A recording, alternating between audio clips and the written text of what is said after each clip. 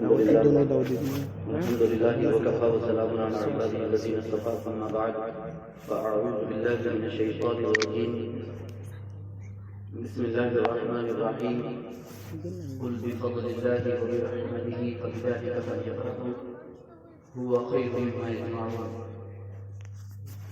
آمنت بالله صدق الله مولانا العظيم وبلغنا رسوله النبي الأمين الكريم الرؤوف الرحيم ونحن على ذلك من الشاهدين والشاكرين والحمد لله رب العالمين. ہر درد کی دوا ہے صلی علی محمد، تعویذ ہر بلا ہے صلی علی محمد. درود پاک پڑھیں اللہم صلی وسلم علی سیدنا مولانا محمد معدن الجود والکرم وآلہ وصحبہ وبارک وسلم.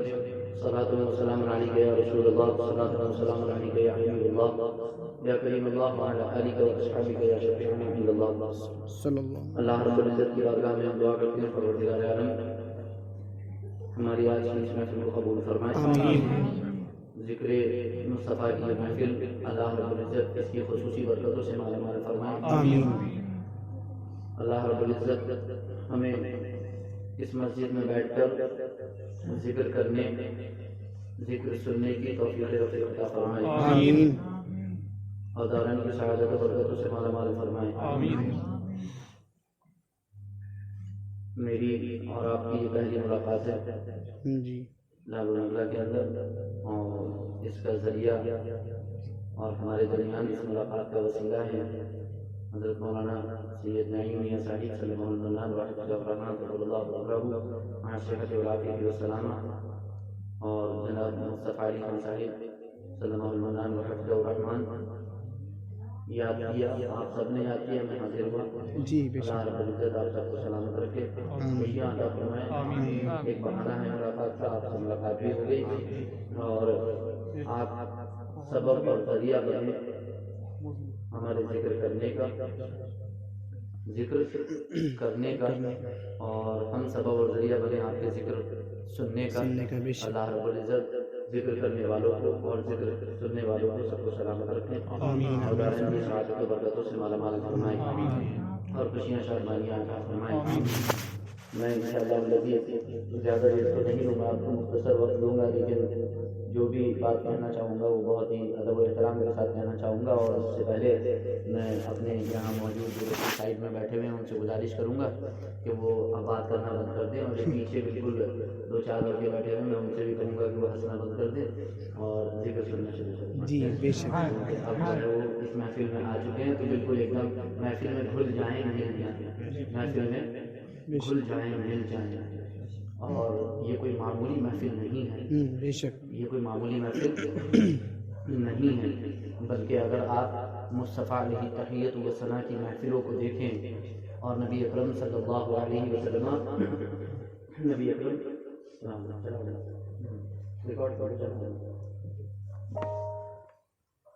صلی اللہ علیہ وسلم وائس چلانے کا مطلب یہ کرو ویڈیو ریکارڈ کرو. نبی اکرم صلی اللہ علیہ وسلم کا ذکر نہایت عرف والا ہے، اور نبی اکرم صلی اللہ علیہ وسلم کا ذکر ہم اپنی زبان سے کیا کر سکتے ہیں. ہرگز ہماری زبان اس قابل نہیں ہے کہ ہم نبی اکرم صلی اللہ علیہ وسلم کا ذکر کر سکیں. بلکہ اگر دیکھا جائے تو جو حدیث کے بڑے بڑے امام گزرے ہیں، جو حدیث کے بڑے بڑے امام گزرے ہیں، جو صاحب روایت اور صاحب درایت ہیں، جو بہت بڑے حافظ حدیث بھی ہیں، حدیث کے بہت بڑے امام بھی ہیں اور فقیہ بھی ہیں، اور فقیہ بھی ہیں، بہت بڑے بڑے علماء اپنے وقت کے، بلکہ مجتہدین. اور اس بات کے بتانے سے پہلے بہت ہی پیاری بات کہ جس کی طرف امام اہل سنت مجدد ملت الشاہ امام احمد رضا خان فاضل بریلوی علیہ رحمۃ رضوان نے اشارہ فرمایا ہے، جس کا خلاصہ ہے قرآن حدیث کا امام، قرآن حدیث کا امام، حدیث مجتہدین کی امام، حدیث مجتہدین کی امام، مجتہدین علماء کے امام، علماء عوام کے امام، اور جو اس سلسلے کو توڑے وہ گمراہ ہوگا، جو اس سلسلے کو توڑے وہ گمراہ ہوگا۔ سمجھ میں القرآن امام الحدیث والحدیث امام المجتہدین والمجتہدین امام العلماء والعلماء امام الناس۔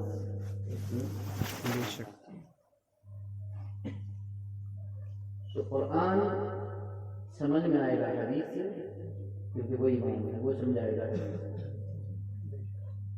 قرآن کریم کو سمجھنا ہر کس و ناقص کی بات نہیں ہے۔ قرآن کریم کو سمجھنا ہر کس و ناقص کی بات ہماری قدرت سے باہر ہے قرآن کو سمجھنا، لیکن ہاں قرآن کریم کو سمجھنا ہر کس و ناقص کی بات بس کی بات تو نہیں ہے، عوام کی بس کی بات تو نہیں ہے۔ آپ اوپر آئے، سب آتے جاؤ اور خاموشی سے آرام سے اپنی جگہ لیتے جاؤ، جس کی جگہ اسے انشاءاللہ ضرور۔ تو قرآن کو سمجھنا ہر کس و ناقص کی بات بس کی بات، ہر شخص کی بس کی بات نہیں ہے۔ سمجھے قرآن کریم میں کیا فرمایا؟ وَنَزَّلْنَا عَلَيْكَ الْكِتَابَ تِبْيَانًا لِكُلِّ شَيْءٍ، اے محبوب ہم نے آپ پر کتاب نازل کی جس میں ہر شے، ہر چیز، ہر موجود کا روشن بیان ہے، جس میں ہر چیز، ہر شے، ہر موجود کا روشن بیان ہے۔ یہ خاص ہے نبی اکرم صلی اللہ علیہ وسلم کے لیے۔ ہم نے آپ پر کتاب نازل کی، قرآن نازل کیا جس میں ہر شے، ہر موجود، ہر چیز کا روشن بیان ہے۔ دوسری آیت کریمہ میں فرمایا وَأَنزَلْنَا إِلَيْكَ الذِّكْرَ لِتُبَيِّنَ لِلنَّاسِ مَا نُزِّلَ إِلَيْهِمْ، ہم نے قرآن آپ پر نازل کیا، ہم نے آپ پر نازل کیا لِتُبَيِّنَ لِلنَّاسِ مَا نُزِّلَ إِلَيْهِمْ، تاکہ آپ جن کی طرف یہ قرآن نازل کیا گیا ہے ان کے لیے قرآن کو بیان کریں۔ قرآن میں ہر چیز کا روشن بیان، لیکن یہ صرف نبی جانتے ہیں۔ ہر شے، ہر چیز، ہر موجود کا روشن بیان قرآن میں ہے، یہ قرآن نے فرمایا ہے۔ اور ہر شے، ہر چیز، ہر موجود کا جو روشن بیان ہے وہ نبی اکرم صلی اللہ علیہ وسلم جانتے ہیں،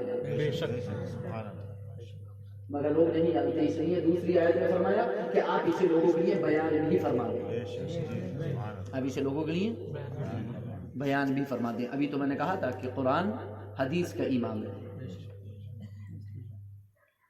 اور حدیث کے بغیر قرآن آپ نہیں سمجھ سکتے، حدیث کے بغیر آپ قرآن نہیں سمجھ سکتے۔ اس لیے قرآن کریم نے کیا فرمایا؟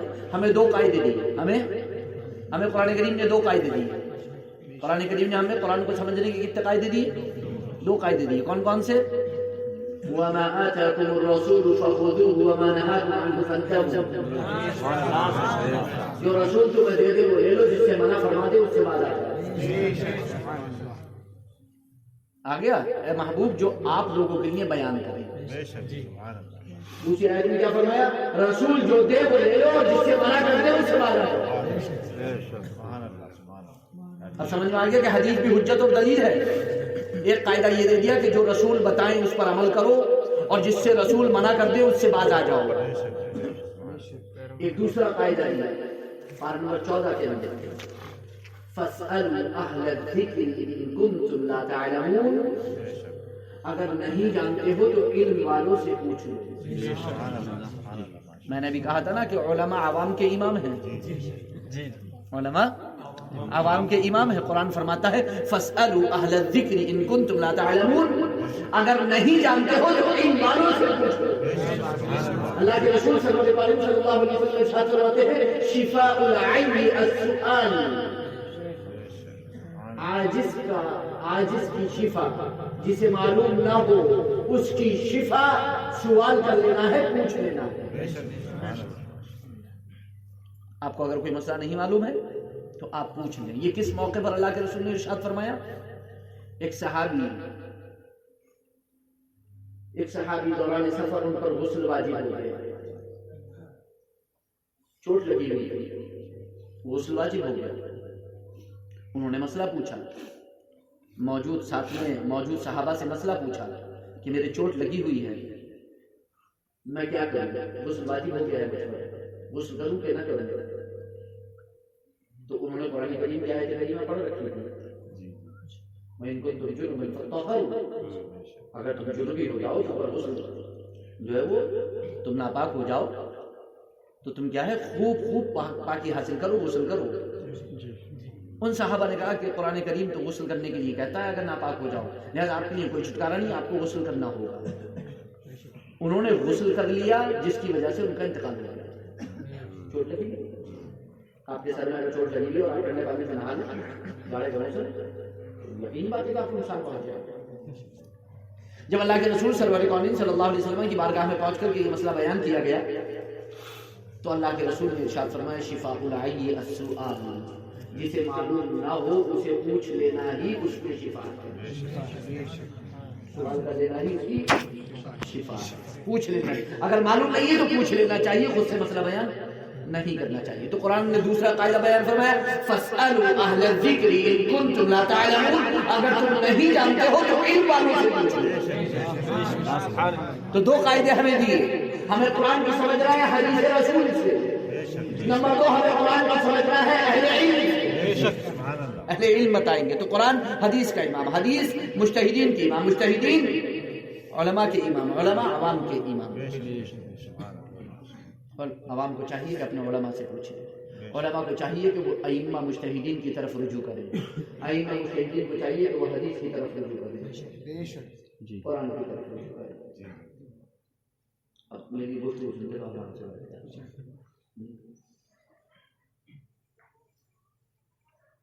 علامہ امام حافظ تقی الدین، علامہ امام حافظ تقی الدین،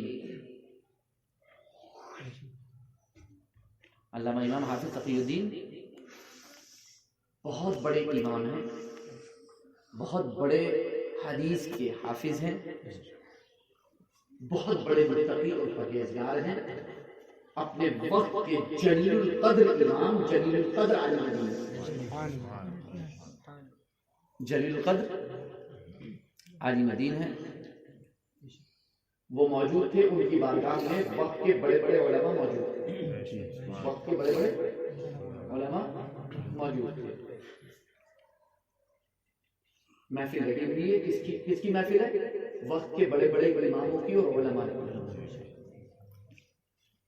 جو صاحب روایت و درایت ہیں، ان کی محفل سجی ہوئی ہے، وہ محفل میں موجود ہیں۔ نبی اکرم صلی اللہ علیہ وسلم کی نعت پاک پڑھی جاتی ہے۔ علامہ امام سرسری نے جو نعت پاک لکھی ہے اللہ کے رسول سرور کونین صلی اللہ علیہ وسلم کی، وہ نعت گنگنائی جاتی ہے اس محفل میں، ائمہ مجتہدین اور علماء کی محفل میں وہ نعت گنگنائی جاتی ہے، جس کا خلاصہ ہے کہ اللہ کے رسول سرور کونین صلی اللہ علیہ وسلم کی مدح و ثنا، اللہ کے رسول کی نعت، نعت مصطفیٰ صلی اللہ علیہ وسلم، نعت مصطفیٰ صلی اللہ علیہ وسلم۔ اگر چاندی کے پتھر پر وقت کا سب سے خوش نویس، سب سے اچھی کتابت کرنے والا خوش نویس، خوش خط، اگر چاندی کے پتھر پر سونے کے حرفوں سے لکھے تب بھی اس کا حق ادا نہیں کر سکتا۔